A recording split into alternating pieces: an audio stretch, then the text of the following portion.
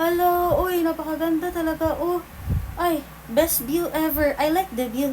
The view? Ay, uy, napakaganda talaga. Oh, ayun sa mga auntie at uncle, so it's story time. So, may nabasa akong comment. Syempre, ito yung comment na to. So, pangkaraniwan lang kasi talaga yung babae na may buhok sa kilikili sa China. Of course, not only for China. So, sobrang dami kong nakita sa mga country na India, China, Taiwan, ano pa ba, Indonesian. So, mostly talaga China. Kasi nga alam niyo mga auntie at uncle, sobrang pangkaraniwan sa kanila or normal na sa kanila yung mga babae na hindi nag-ahit ng buhok sa kilikili. Kasi yung mga tao kasi talaga mga auntie at uncle sa ibang bansa, napaka open-minded nila. Hindi sila yung parang kinikriticize ka, ginajudge ka. Kasi tayo kasi ng mga Pilipino, mga auntie at uncle, pag nakakita tayo ng may buhok sa kilikili, ginajudge natin agad. So napapansin natin sa mga comment section dyan, sa lahat ng mga video ko, lahat ng mga nagko-comment dyan, more on Filipino. Na yung mga kino-comment nila, kadiri naman yan, damak, dugyute, napaka-unhygienic, napaka-babaeng tao mo, pero hindi ka nagbubunot, ng ganyan. Kasi, mga auntie at uncle, sinasanay natin yung ating mga isip, or sinasanay natin yung ating mga isipan, na pag sinabi nating may buhok sa kilikili, para lang yun sa lalaki. Parang sila lang yung mayroong karapatan. Te, pinanganak naman tayo dito sa mundo na lahat naman talaga i-enjoy natin to.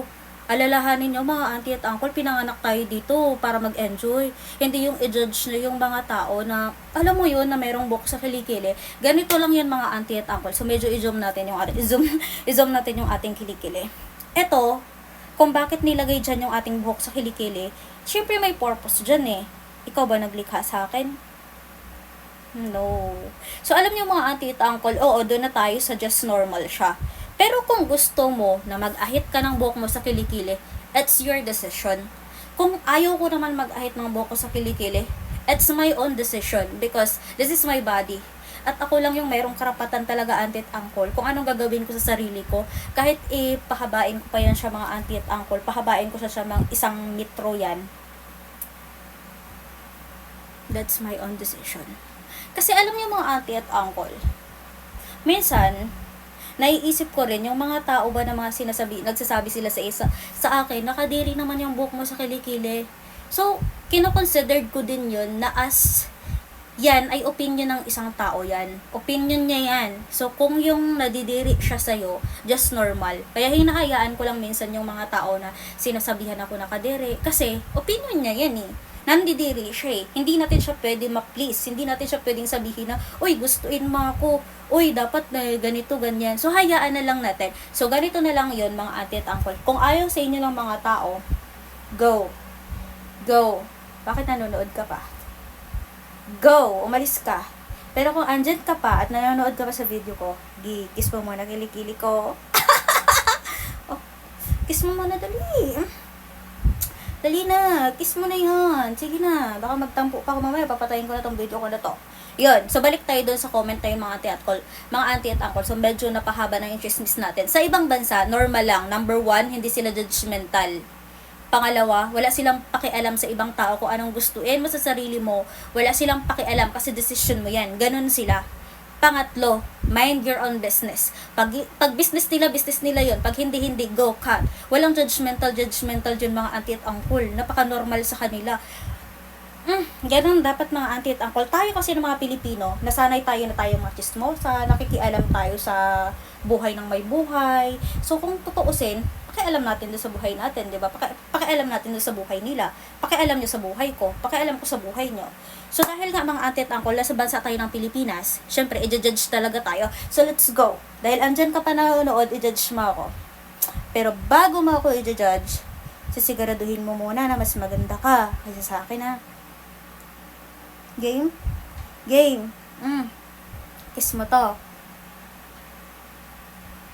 Hindi naman siya kawalan eh. Kung mag-ahit ako ng buko sa kilikili, just okay. Alam mo kung mayroong mga event, may mga event sa school, may mga ceremony, or may mga event na mga gaganapin na kailangan mag-dresses.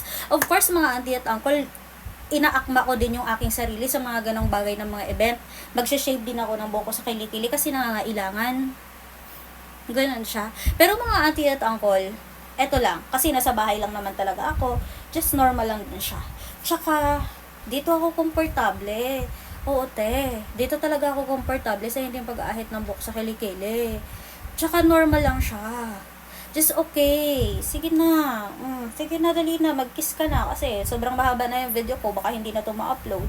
Tsaka sobrang pretty ngayon ang suot ko, te. Oh, tingnan niyo naman, oh. Ay! Ay, sobrang pretty. Tingin nga ulit. Ay, grabe. Ang taba ko na, oh. Tumataba talaga ako. As in, patingin nga ulit. Ay, sobrang pretty na suot ko, te. Tingnan mo naman, oh. Ay, sobrang pretty. Isa pa nga. Ay, sobrang pretty! Sobrang pretty talaga. Tingnan sa kabila. Diyos ko, lumalaki na talaga yung chan ko. Oh my gosh. It's okay. Don't be body shaming to me, oh. Ay, ala, Diyos ko, ang kapal na ng... Ala, ang kapal na talaga ng braso ko, te. Ay, pagkakamala akong bakla na ito, te. Oh, lang, laki na ng braso ko. Ay, sexy guy. Oh, shit. Grabe, sobrang ganda. Sobrang Latina. Sobrang pretty. So, bago yung lahat ng ate at uncle. Bye. So, believe talaga ako. Ito lang ha. Believe talaga ako sa mga tao talaga na mga open-minded. Lalong-lalo na yung mga Pilipino. Alam mo yung mga kapwa ko Pilipino na mga nagko-comment, syempre. Alam mo yung sinusupport nila ako. Sobrang believe ako nun. Kasi sobrang open-minded talaga nila. So, cheers sa mga taong nagsusupport sa akin. Bye! Sobrang pretty ko tonight. Nagkilay pa talaga ako at nag-lipstick na to para sa inyo. Para naman sobrang pretty ko tingnan.